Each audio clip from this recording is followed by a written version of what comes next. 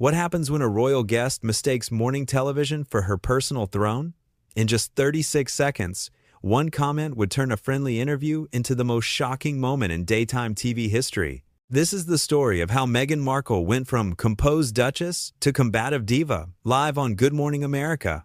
The morning started like any other at the Good Morning America studio in New York City. The crew buzzed with their usual energy, checking cameras, adjusting lights, and making sure every detail was perfect. The makeup artists were touching up their final brushes. The sound technicians were testing microphones. The producers were pacing back and forth with their clipboards, running through the schedule one more time. Everything was running like clockwork. This was a well-oiled machine, and everyone knew their role. Michael Strahan sat in his chair, going over his notes one last time. His coffee was still steaming in the mug beside him. He had done thousands of interviews before. Thousands. Athletes, actors, politicians, musicians. He had talked to some of the biggest names in the world, and he knew how to make people feel comfortable. He knew how to ask the right questions. He knew how to listen. This was supposed to be easy. A simple conversation about her latest projects, maybe some questions about her life, her work, her plans for the future, and everyone goes home happy. That was the plan. That was always the plan. But plans have a funny way of falling apart when you least expect them to. When Meghan Markle walked onto the set, something felt different.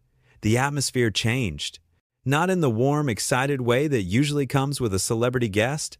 This was something else. Something colder. Something heavier. She moved across the studio floor with an expression that seemed to say she was doing everyone a favor just by being there. Her smile was thin, practiced, the kind of smile that does not quite reach the eyes, the kind that looks perfect in photographs but feels empty in person. The crew noticed it immediately. A few of them exchanged glances. Others kept their heads down, focusing on their jobs, but they all felt it, that shift in the air, that tension that was not there a moment before. Michael stood up to greet her like he always did. Professional, warm, genuine. He had no reason to think this would be anything other than a normal interview. He extended his hand and welcomed her to the show with that smile that had made him one of the most beloved hosts on television. "Good morning. Thanks so much for being here. We are really excited to have you," Michael said, his voice carrying that natural warmth that put most guests at ease. Meghan barely looked at him. She gave a slight nod, more acknowledgement than greeting, and took her seat. She adjusted her outfit as if the cameras were not already rolling. She smoothed down her jacket. She checked her hair. She took her time, as if the entire studio was waiting on her schedule rather than the other way around. The studio audience, packed with people who had waited in line for hours just to be there, clapped politely. Their applause was genuine, excited even. These were people who had come to see a show. They had come to be part of something fun, but even they could sense it. Something was off. The energy was not right. It was like watching storm clouds gather on what was supposed to be a sunny day. Michael sat down and glanced at his notes. He started with the basics, the easy questions, the ones that every guest gets. The ones designed to warm people up, to get them talking, to make them comfortable. "So, you have been working on some exciting new projects lately. Can you tell our viewers a little bit about what you have been up to? What have you been focusing on?" It was simple, open-ended, friendly. The kind of question designed to let a guest shine, to let them talk about whatever they wanted to promote, whatever they were passionate about. It was the softest of softballs. A gift, really. Meghan looked at him like he had just asked her to explain the meaning of life. She paused, letting the silence hang there for a beat too long. Then she sighed, actually sighed, as if answering this question was some kind of burden. "Well, Michael, I think the real question is why the media is so obsessed with what I do instead of focusing on the real issues happening in the world. There are children going hungry. There are wars happening. There are people suffering. But instead of talking about that, we are sitting here talking about me." There it was. The first crack in what was supposed to be a friendly morning chat. The audience shifted in their seats. A few people glanced at each other, unsure if this was part of the plan or if something was actually going wrong. Michael did not flinch. He had dealt with difficult guests before. He had interviewed people who were nervous, people who were guarded, people who had axes to grind. This was not his first rodeo. He smiled, that same warm smile, and tried to redirect the conversation back to something productive. "I think people are just really interested in your work and what you are passionate about. That is why we wanted to have you here today, to give you a platform to talk about the things that matter to you." So what are those things? What are you working on right now that you are excited about? It was perfect. He had acknowledged her concern, validated her point about serious issues, and then gently guided the conversation back to where it needed to be. This is what good hosts do. They listen, they adapt, they find a way to make it work. But Meghan was not having it. She shifted in her seat, crossed her legs, and let out a small, dismissive laugh. The kind of laugh that is not really a laugh at all. The kind that says, you think the other person is being ridiculous. Interested in my work? Or interested in tearing me down? Because from where I am, sitting, Michael, it seems like the latter. It always seems like the latter. Every time I sit down for an interview, every time I try to talk about the things I care about, it somehow turns into this game where I'm supposed to defend myself. The audience went quiet. You could hear the cameras humming. You could hear someone cough in the back row. The tension was spreading through the room like a wave, touching everyone, making everyone uncomfortable. Michael, always the professional, took a breath and tried one more time to keep things on track. His voice remained calm, measured, respectful. I can promise you, that is not what this is about. That is not why you are here. We are just here to have a conversation. I want to give you a chance to share your story with our audience, to talk about the work you are doing, to connect with people who care about the same things you do. That is all this is. He was being more than fair, more than kind, more than patient. He was giving her every opportunity to turn this around, to engage in the conversation he was trying to have with her. But kindness did not seem to register with Meghan. Understanding did not seem to matter. She leaned back in her chair, crossed her arms, and looked directly into the camera instead of at Michael. It was a deliberate choice, a power move. She was not talking to him anymore. She was talking past him, through him, around him. You want my story? Fine. Here is my story. My story is that I have been treated unfairly by this industry, by the press, by the media machine that chews people up and spits them out, by people like you who sit in your comfortable chairs and ask your comfortable questions and pretend like you actually care about the answers. But you do not care. You just want a headline. You just want something to put on social media. You just want the clicks. People like you. Those three words hung in the air like smoke after a fire. The crew members behind the cameras glanced at each other with wide eyes. The producers in the control room scrambled, their voices urgent in the headsets. This was not how interviews were supposed to go. This was not how guests were supposed to act. This was not normal. Michael took a breath, a long, slow breath. His expression remained calm, composed, but you could see something shift in his eyes, a hardening, a realization. He was a professional. He had always been a professional. But he was also not going to sit there and be insulted on his own show. Not in front of his crew, not in front of his audience, not in front of millions of people watching at home. I understand that you have had your challenges. I understand that you have faced difficulties. And I respect that. I truly do. But I want to be clear about something. I invited you here with nothing but respect, nothing but good intentions. I think you might be confusing this conversation with something else. This is not an attack. This is not an ambush. This is just two people talking. His words were careful, measured, but firm. He was drawing a line, setting a boundary, saying, without saying it directly, that there was a way to behave as a guest, and this was not it. That should have been it. A moment to reset, a chance for Meghan to take a step back, to take a breath, to realize she was speaking to someone who was genuinely trying to make the interview work, someone who had not said a single unkind word to her, someone who had only tried to be respectful and professional. But instead, she doubled down. She leaned forward, her voice rising, her words coming faster. Confusing? No, Michael, I am not confused at all. I am not confused one bit. I know exactly what this is. This is another attempt to put me in a box, to make me answer questions on your terms instead of mine, to fit me into whatever narrative you have already decided on before I even walk through that door. I am done playing that game. I am done pretending like these interviews are anything other than traps. The room felt like it was holding its breath. Every person in that studio was frozen, watching, waiting to see what would happen next. This had gone from uncomfortable to unbearable in the span of minutes. Michael leaned forward slightly. His voice was still even, still controlled, but there was a firmness to it now that had not been there before.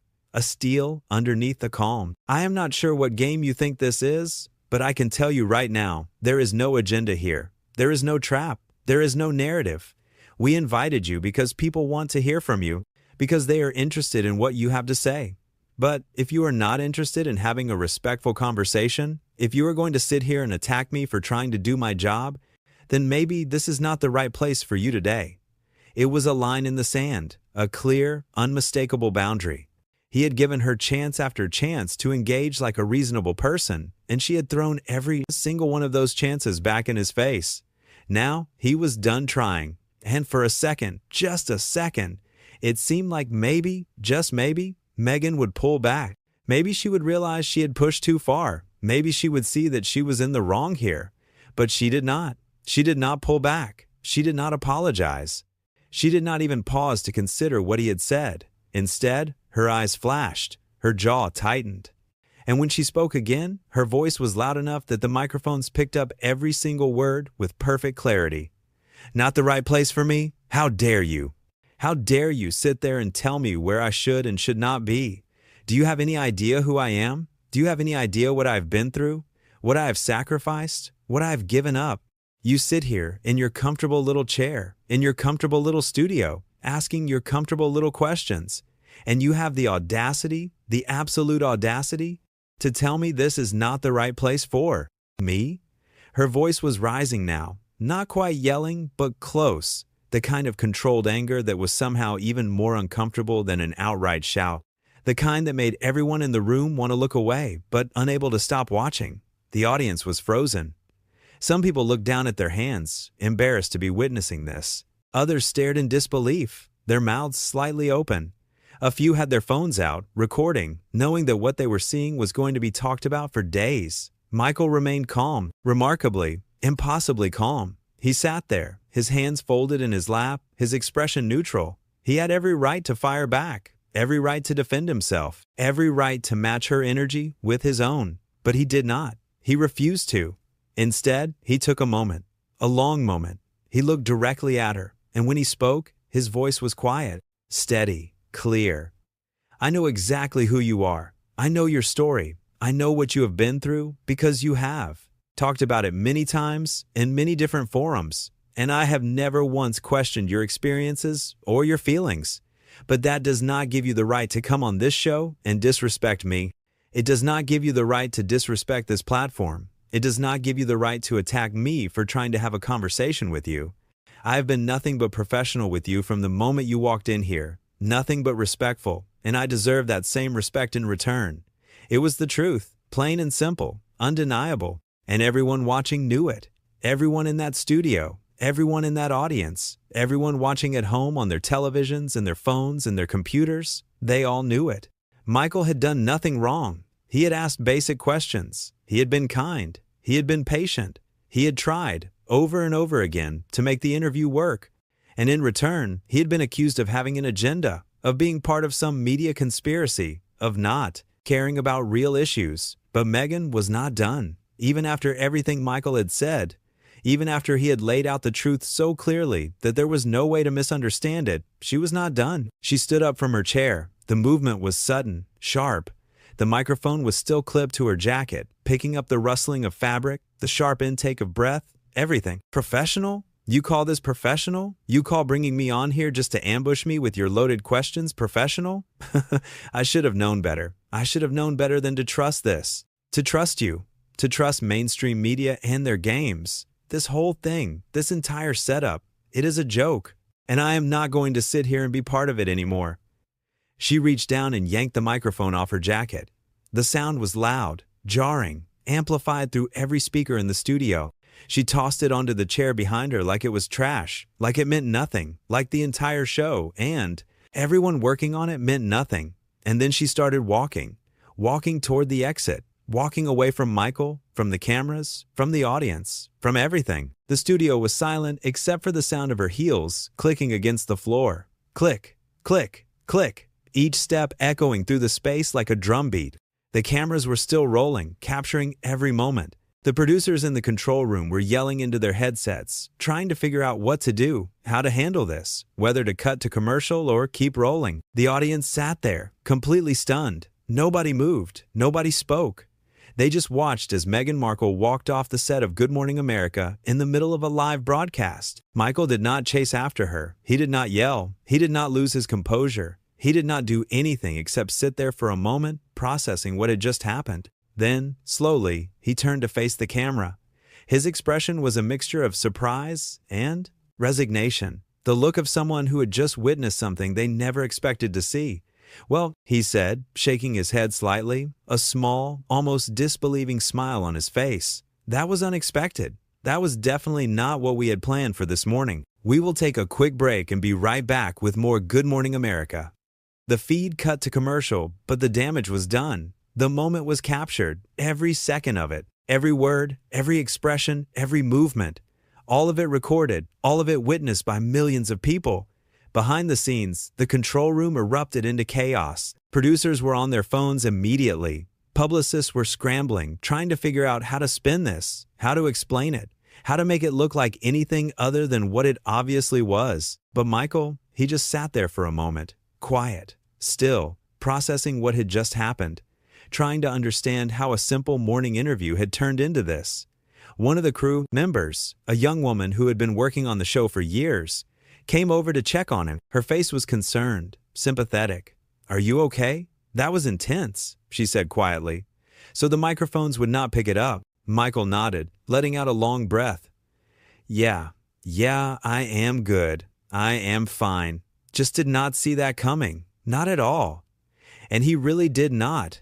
Because despite all his years in the business, despite all the interviews and all the tough conversations and all the unpredictable guests he had dealt with over the years, he had never experienced anything quite like this. He had asked simple questions, respectful questions. He had done everything right. He had been nothing but professional, nothing but kind. And somehow, despite all of that, it had spiraled into one of the most uncomfortable, most shocking moments in live television history. The audience was still sitting there, still processing. Some people were whispering to each other now, their voices hushed and urgent. Others were checking their phones, already seeing clips of the interview starting to spread online. Social media was exploding. Twitter was going crazy. Instagram was flooded with reposts. It had only been a few minutes since Meghan had walked off, but the internet moves fast, and this was the kind of moment that the internet absolutely lived for. When the show came back from commercial break, Michael addressed what had happened with the same grace and professionalism he had shown throughout the entire ordeal. As you all just saw, our interview with Meghan Markle took an unexpected turn this morning. We always aim to create a space where our guests feel comfortable sharing their stories, where they feel respected and heard. And we are disappointed that things did not go as planned today. But we want to thank you, our amazing audience here in the studio and everyone watching at home, for being here with us through all of this. Let us move forward with the rest of the show. It was classy. It was measured. It was diplomatic. It was everything you would expect from someone like Michael Strahan. He did not throw blame. He did not take cheap shots. He did not try to make himself look better by making her look worse. He simply acknowledged what had happened, expressed disappointment that it had not worked out, and moved on with dignity. But even as the show continued with its other segments, even as Michael interviewed other guests and talked about other topics, the moment lingered. You could feel it hanging in the air. The crew felt it. The audience felt it. The millions of people watching at home felt it too. What had started as a routine morning interview had turned into something much, much bigger. A moment that would be replayed over and over again. A moment that would be analyzed and debated and discussed for days, weeks, maybe even months. And at the center of it all was a simple, undeniable truth that everyone could see. Michael Strahan had done absolutely nothing wrong. He had been respectful from the very beginning. He had been professional in every sense of the word. He had given Meghan every single opportunity to share her story, to talk about her projects, to connect with the audience in a meaningful way.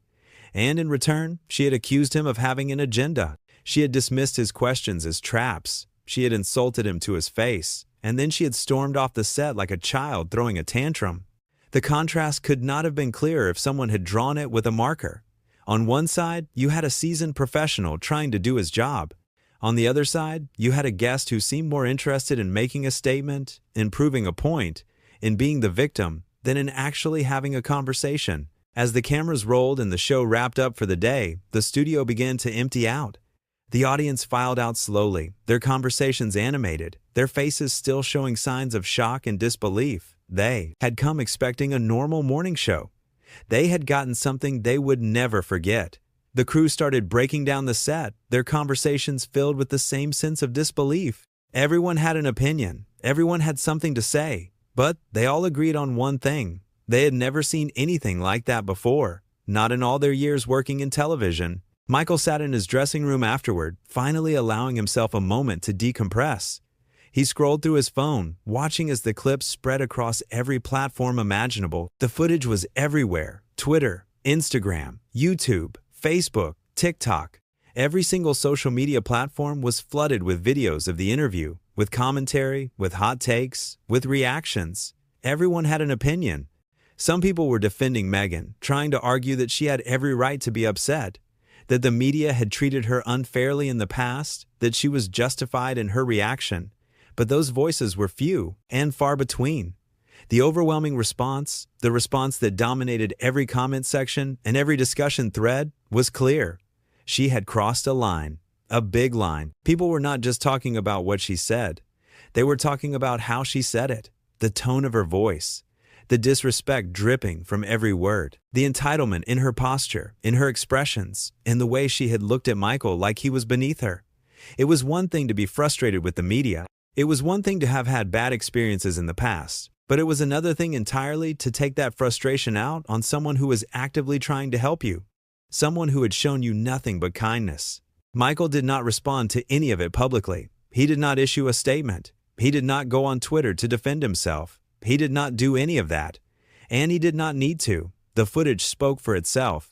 Anyone who watched the interview, anyone who saw what had happened with their own eyes, could see the truth. There was no spin required, no narrative to push, no editing tricks to manipulate the story.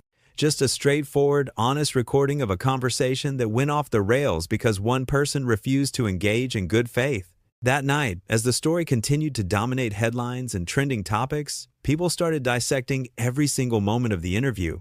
Media analysts watched the body language. They listened to the subtle changes in tone. They noticed how Meghan had refused to make eye contact with Michael, how she had looked away from him when he tried to be kind, how she had crossed her arms defensively, how her entire posture screamed hostility from the moment she sat down.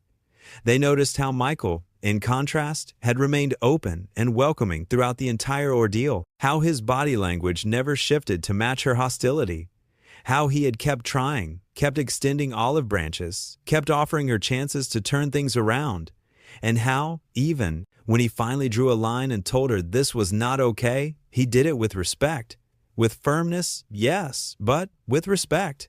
And through it all, one thing became absolutely crystal clear to anyone paying attention. This was not about the questions Michael had asked.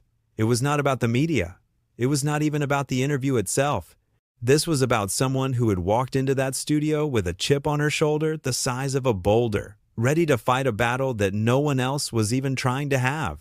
Someone who had decided before the interview even started that she was going to be the victim no matter what happened. Michael Strahan had extended an olive branch that morning. He had offered kindness and respect and professionalism, and Meghan Markle had not just rejected that olive branch. She had snapped it in half, thrown it on the ground, and walked all over it. The next morning, when Michael arrived back at the studio to tape another show, he was greeted with an outpouring of support from everyone around him. His co-host pulled him aside to tell him how well he had handled the situation. The crew gave him pats on the back and words of encouragement. People from other networks, other shows, other corners of the industry reached out to let him know they had his back. Because everyone who worked in television, everyone who understood what it took to host a show, knew exactly what had happened.